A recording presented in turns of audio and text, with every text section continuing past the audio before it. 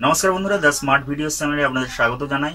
আমি সৌমেন আপনাদের সামনে আজ একটি নতুন টপিক নিয়ে হাজির হয়েছি।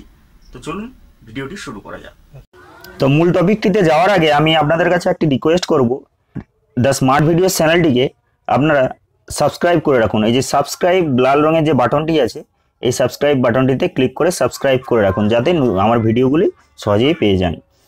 তো আজ আমি দেখাবো এই পেজটিকে আরও কতগুলো ট্যাগের সাহায্যে সুন্দরভাবে উপস্থাপন করা যায়। তো তার জন্য বন্ধুরা ভিডিওটি দেখতে থাকুন, তাহলে খুব সহজেই বুঝতে পারবেন ট্যাগগুলো। তো বন্ধুরা, HTML টিউটোরিয়াল পার্ট 2তে আজ আমি আপনাদের সামনে কতগুলো ট্যাগ নিয়ে আলোচনা করব। তো আমি আপনাদের ফার্স্ট পার্টে দেখেছিলাম কীভাবে ওয়েব পেজ ক্রিয়েট করতে হয়। তো ভিডিওটি নিশ্চয়ই দেখেছেন। যদি না দেখে থাকেন তাহলে আমাদের ডেসক্রিপশন বক্সে লিঙ্ক দেওয়া থাকবে এবং আই ট্যাগে অপশান দেওয়া থাকবে, ভিডিওটি দেখে নেবেন। তো আমি পার্ট 2তে আর জাস্ট এই কয়েকটা ট্যাগ নিয়েই আলোচনা করব। সেই ট্যাগগুলো সম্বন্ধে আগে বিস্তারিত আপনাদের বলবো, তারপর প্র্যাকটিক্যালি দেখাবো। তো বন্ধুরা ভিডিওটি পুরো দেখবেন, তাহলে বুঝতে আপনাদের সুবিধা হবে। আমি এই ভিডিওটি মূলত করেছি যারা HTML নতুন শিখছে বা শেখার চেষ্টা করছে তাদের জন্য। যারা HTML খুব ভালো জানে তাদের জন্য নয়। তো শুরু করা যাক। পার্ট 2তে আজকে আমরা জাস্ট আলোচনা করব এই কতগুলো ট্যাগ নিয়ে।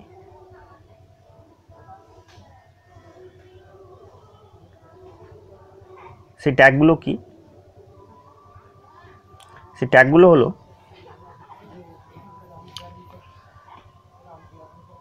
B tag. বি ট্যাগের সাহায্যে কী করা যায়? লেখাকে মোটা করা যায়, মোটা বলতে বোল্ড করা যায়। আই ট্যাগের সাহায্যে কী করা যায়? লেখাকে বাঁকানো যায়, একটু বাঁকানো হরফে হবে, ইটালিক্স। ইউ ট্যাগের সাহায্যে কী করা যায়? লেখার তলায় দাগ দিতে ব্যবহৃত হয়, আন্ডারলাইন করার জন্য। পি ট্যাগের জন্য লেখাকে প্যারাগ্রাফে ভাঙা যায়। প্যারাগ্রাফ বলতে এই রকম প্যারাগ্রাফ, ঠিক আছে? প্যারাগ্রাফের মাঝে যে দুটো প্যারাগ্রাফের মাঝে যে গ্যাপটা থাকে সেটা এই পি ট্যাগের সাহায্যে করা যায়। বিআর ট্যাগের সাহায্যে কী করা যায়? যখন আমরা একটা লাইন লেখার পর পরের লাইনে যাব, এই ট্যাগটা সেই কাজ করে, মানে অনেকটা নতুন লাইন শুরু করার জন্য বা লাইন ব্রেক করার জন্য ব্যবহৃত হয়। এরপরে হেডিং ট্যাগ দেখাবো। এখানে মূলত হেডিং ট্যাগ 5 প্রকারের, H1 থেকে H5। H1 ট্যাগে সবচেয়ে লেখার সাইজ বড় হয়, H5 ট্যাগে লেখার সাইজ সবচেয়ে ছোট হয়। আর ওয়েল ট্যাগের সাহায্যে কী করা যায়? ওয়েল ট্যাগের সাহায্যে কোনো লেখা, ধরুন এই লেখাটি যখন নাম্বারিং ইউজ করব তখন ওয়েল ট্যাগের সাহায্যে ইউজ করা যায়। ওয়েল ট্যাগটি একটু বিস্তারিত আছে, তো আমি প্র্যাকটিক্যাল পার্টে ডিটেলস দেখাবো। আর ইউএল ট্যাগের সাহায্যে লেখার আগে যদি আমরা বুলেট চিহ্ন দিতে চাই, লেখার আগে যদি বুলেট চিহ্ন দিতে চাই,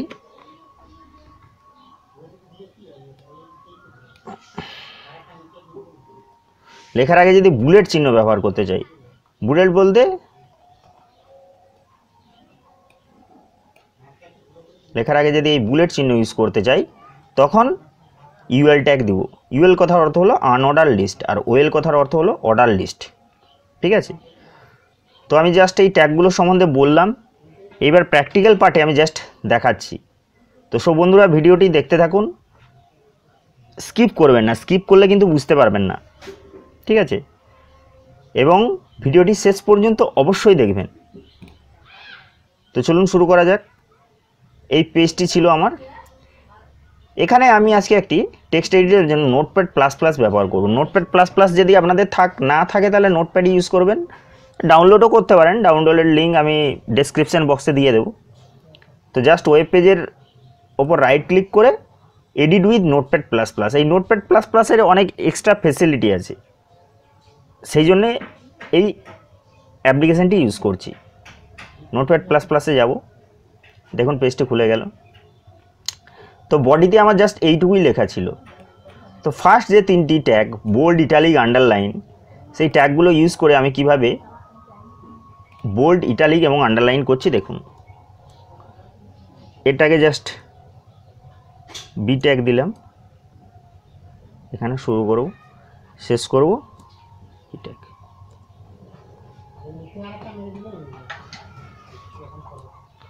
তো শুরু এবং শেষ ট্যাগের মাঝে আমি একটি ডিফারেন্স বলছিলাম যে স্ল্যাশ ব্যবহার করতে হবে। একই রকম এখানে আমি ইটালিক ট্যাগ দেব,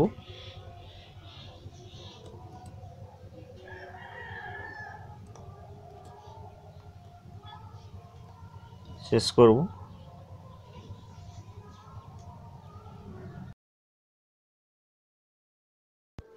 তো বাকি ট্যাগগুলো বন্ধু একইভাবে আমি দেখিয়েছি, জাস্ট ভিডিওটি দেখতে থাকুন।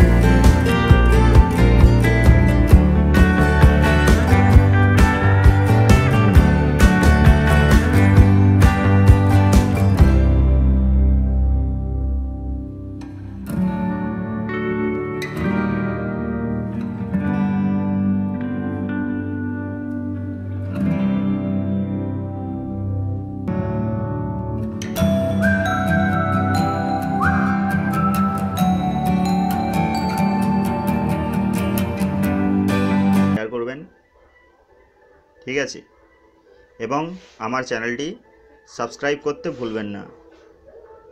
HTML এর পরের পার্টগুলিতে আমি বাকি ট্যাগগুলো বিস্তারিত বলবো এবং দেখা হবে নেক্সট ভিডিওতে।